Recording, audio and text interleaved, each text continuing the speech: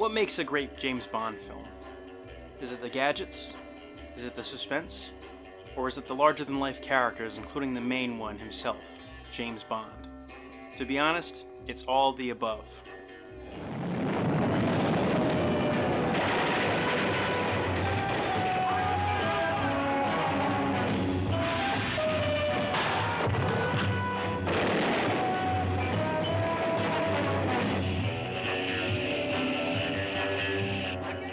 In James Bond's third entry entitled Goldfinger, we see James take on a notorious gold smuggler by the name of Auric Goldfinger, who plans to explode a dirty bomb in Fort Knox to increase the value of his gold supply while also simultaneously causing economic chaos globally. Just like the previous two films, this one also did well to establish certain tropes that would be going on and be focal points in some of the future Bond films. In this one, we actually are introduced to a pre-title sequence that has nothing to do with the overall plot, but is still awesome nonetheless, in which Bond actually explodes a drug lab, and after that we are introduced to one of the most sensual of James Bond sequences, with a title song that establishes what's taking place inside of the film lyrically. This one was sung by Shirley Bassey, who would come in and do several other themes along the way for the series. Throughout the film, we are also introduced to more gadgets, including James's beloved car, the Aston Martin DB5.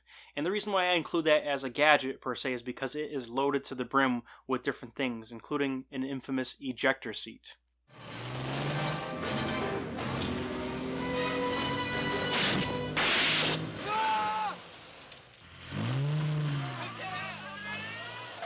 Not only that, but the film established even more iconic action and sequences, including one of the first torture scenes that James has ever been through, where he was actually being questioned by Goldfinger himself while a laser was slowly creeping up and almost cut him in half.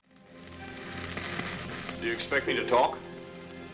No, Mr. Bond, I expect you to die. Not only that, but we have one of the greatest, if not the most influential henchmen in Bond history, in Oddjob. This guy was menacing as hell. And this film introduced us to one of the most, if not the most independent Bond woman of the series, known as Pussy Galore, played by Honor Blackman. Who are you? My name is Pussy Galore. I must be dreaming. With a slightly larger budget in retrospect, Goldfinger became an even more immense success. Again, it added more action and imagination, laying on more gadgets and suspense than you can shake a martini at.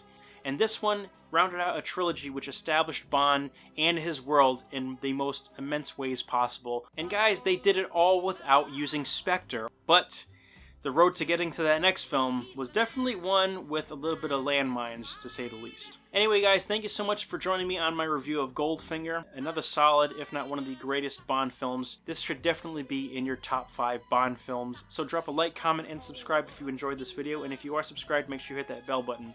That way you never miss a moment on my content. But anyways, that's all the time that I have for today. And until next time, take care. Bye.